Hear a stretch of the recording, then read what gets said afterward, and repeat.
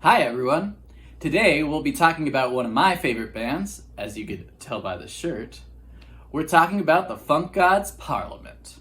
Now I've had the pleasure of listening to their discography all week to come up with the cream of the crop. I'm calling this, Undeniably, the top 10 best Parliament songs. And for the funk of it, I'll give you one overrated song at the end. But in the meantime, let's get to the top 10. At number 10, we have Dr. Funkenstein from the Clones of Dr. Funkenstein. Just like David Bowie, it seemed George Clinton relished every chance of a new album to make a new alter ego. And this time, it was the Good Doctor, the disco fiend with the monster sound, and the cool ghoul with the bump transplant. After the bona fide hit that was Mothership Connection, it only took a couple months to crank out the next chapter expanding this sci-fi world. The album cover alone looks like an utterly ridiculous B-movie still. And it's a very loose concept album, but as the song says, ain't nothing but a party. More a party jam than a full-fledged song, it rides those horny horns and Bootsy's elastic bass while the Doctor spits some scientific mumbo-jumbo until the infectious call and response of the chorus. There's no doubt that it was written for a live sing-along, and their live show was already legendary. But when you hear a jam like this, it's no wonder that people would line up for their prescription. At number 9, we have Ride On from Chocolate City. Before George Clinton and crew launched into outer space, Parliament released two great albums that remain on Earth. That's Up for the Downstroke and Chocolate City. While Up for the Downstroke had some big singles and was kind of an odds and ends type album, Chocolate City is where the group started to realize their ambitions. Nicknamed CC, the album drew inspiration from Washington, D.C.'s fledgling culture to craft a more cohesive set of songs. Ride On is a hot fire jam that does a rare feat for the group, which is make a short, succinct radio single at only 3:35. Most of their hits would be radio edits of much longer songs. Riding a smoking guitar lick, courtesy of Eddie Hazel, it hits a 3/4 time groove, packing everything amazing about the group. Tight horns, catchy chants, and some virtuoso bass from Bootsy Collins. Ride On didn't ultimately prove to be a big hit, but it did herald the start of Parliament's golden era. It's the best track on their most underrated album. At number 8, we have Funkentelechy from the album Funkentelechy vs. the Placebo Syndrome. Now I'm going to try to limit the amount of times I say the title of the song in the album for obvious verbose reasons, but it might be a little hard. Funkentelechy vs. the Placebo Syndrome might be the only album that could possibly rival Mothership Connection as their stone cold best. It might not actually be better, but its 6 songs certainly give it a run for its money. And the title track is the 11-minute centerpiece that never wears out its welcome. The genius of Parliament's jam is the orchestration is impeccable. The horn section, courtesy of Fred Wesley, formerly the band leader of James Brown's horn section, has the horns tight and bright. They dance around the song and are tastefully dispatched. Bernie Worrell jams on the piano while also providing washes of Herbie Hancock synthesizers that enhances that spacey feel. They take it to the bridge about 6 minutes in, turning down the party slightly to introduce some sexy, smooth guitar and the soulful singing of Funk Intelechy, Funk Intelechy. The new section then slowly merges back in with the beginning of the song, and it fuses together flawlessly. Funkentelechy is the sound of the band flexing their superpowers. At number 7, we have Aqua Boogie from the Motor Booty Affair.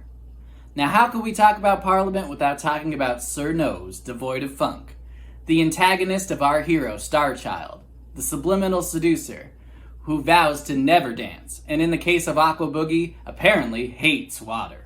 He is, of course, George Clinton playing his own enemy, only with silly vocal effects. He shows up in a handful of songs and really adds to that campy space drama, giving us a comically oversized villain. Always showing up, only to have the power of P-Funk give him the fits. During the song, he is having the worst time. It's a wonder he comes calling at all.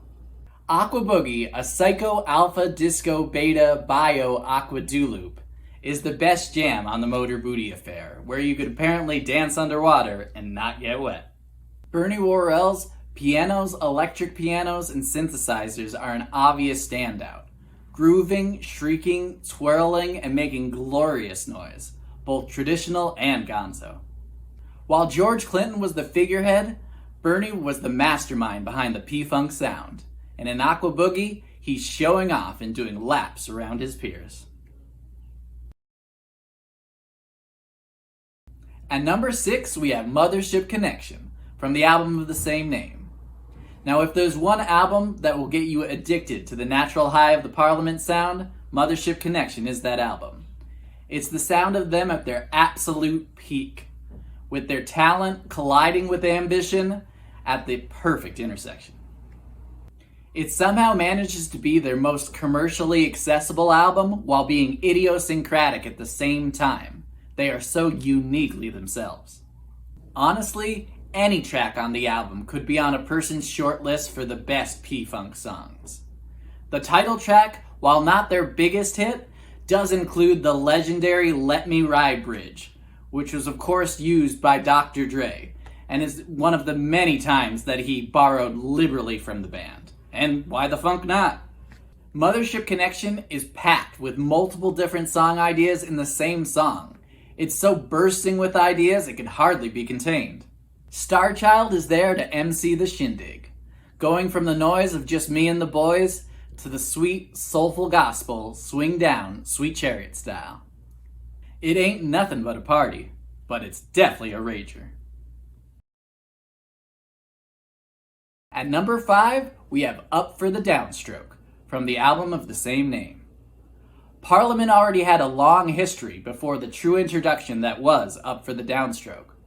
Starting as the Parliaments back in the doo-wop days of the 60s, George Clinton and his barbershop buddies tried to write Motown-type songs and eventually scored a modest hit with I Wanna Testify. This was enough to launch the P-Funk empire, which would steadily grow from those modest roots. Clinton lost the rights to the Parliament's name for a while, so he started Funkadelic, a rock-forward group that used the same talented band that had been backing the Parliaments. Eventually, he regained the rights to the name, and he rechristened the band by dropping the S to be simply Parliament. They focused on a more commercial pop approach, while letting the guitars take a slight backseat. But turning down the guitars did not mean turning down the funk.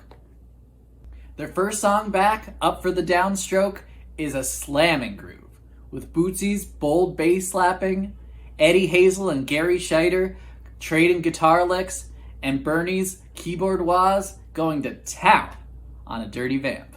It was the first taste of pure P-Funk, uncut funk, the bomb. At number 4, we have Give Up the Funk, Tear the Roof Off the Sucker, from Mothership Connection. With all due respect to Flashlight, Give Up the Funk is the calling card, the defining song of Parliament.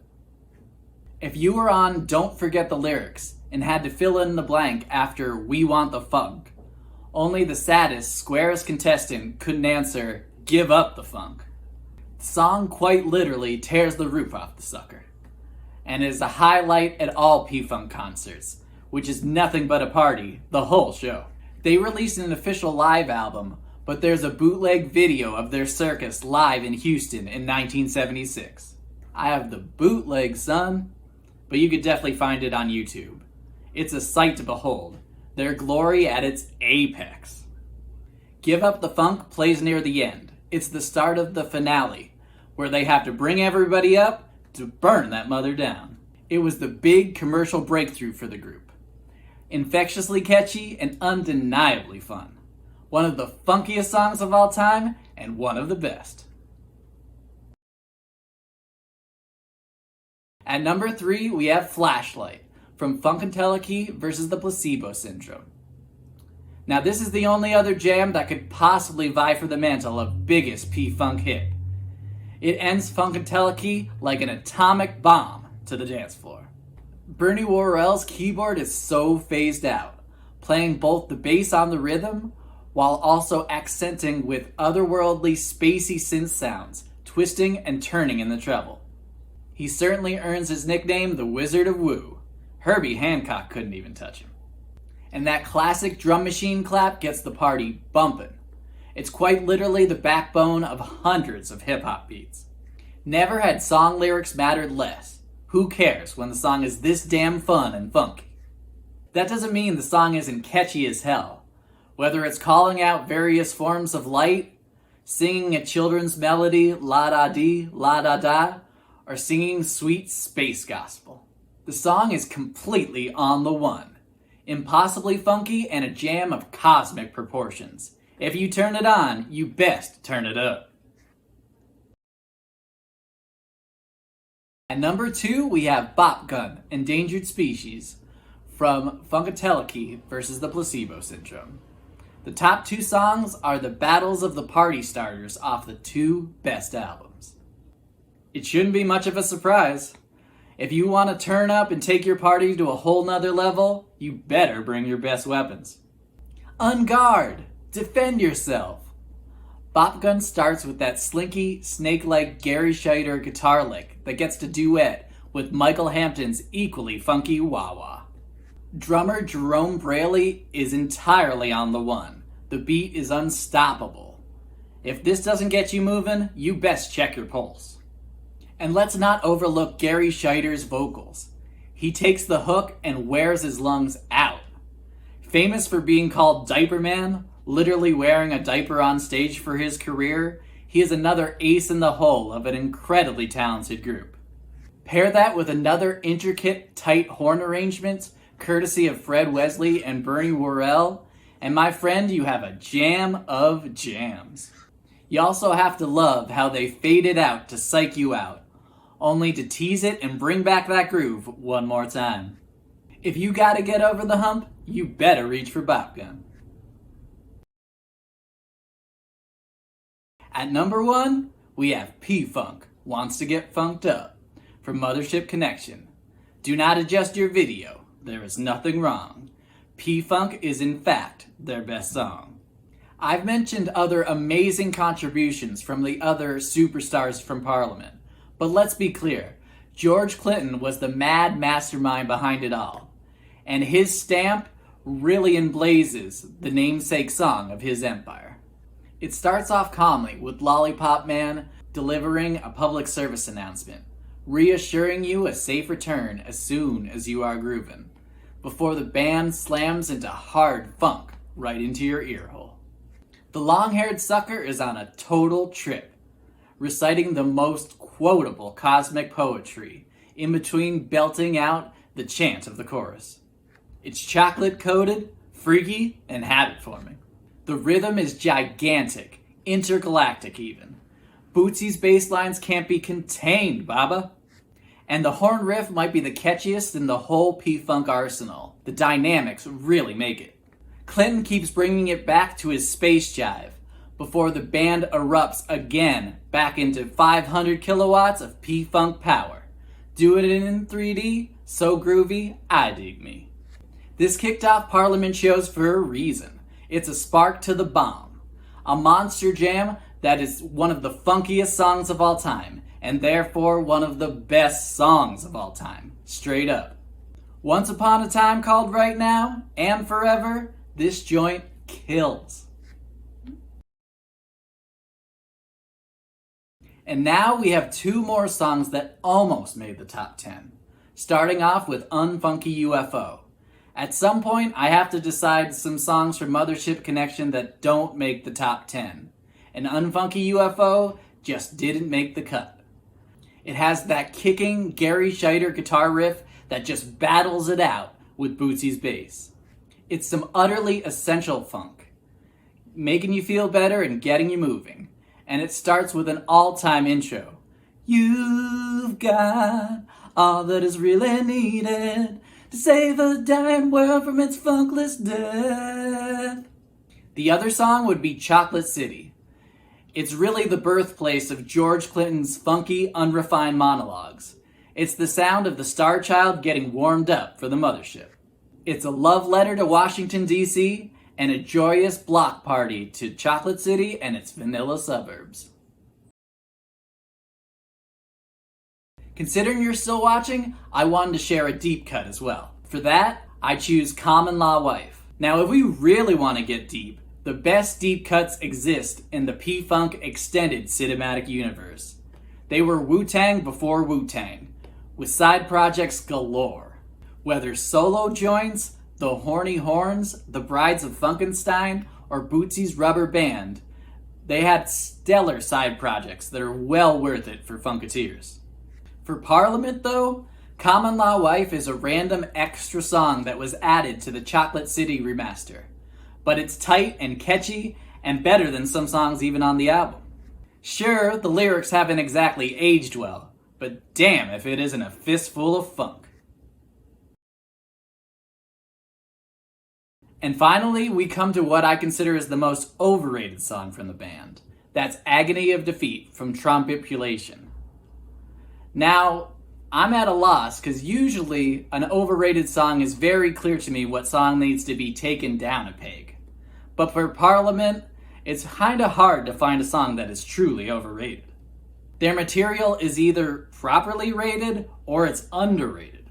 So I feel like this might be a bit of a cop-out of an answer, but Agony of Defeat has been featured on more than one of their best ofs, and it's simply not a very good song.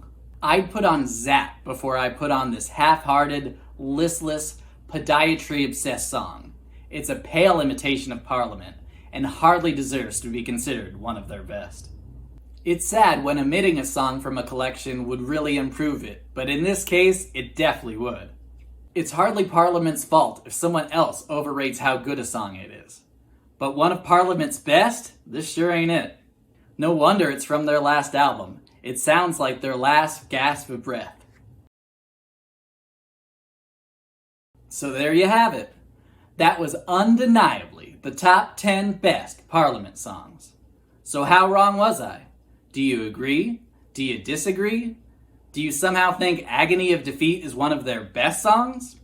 Let me know. And if there's any artist you'd like to see me rank, let me know in the comments below. Hope you stick around, and thank you for watching.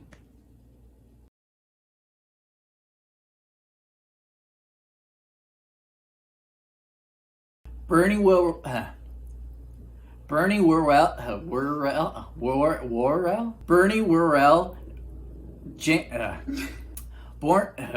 now I can't say Bernie. Bernie Worrell. Well, now that I said it, I'm like, way to go, Dan.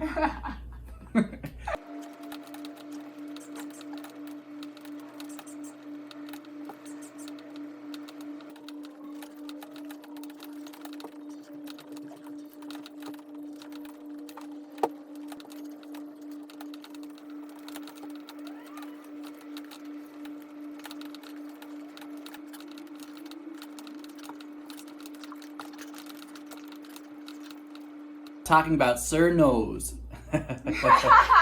Sir Nose. Sir Nose.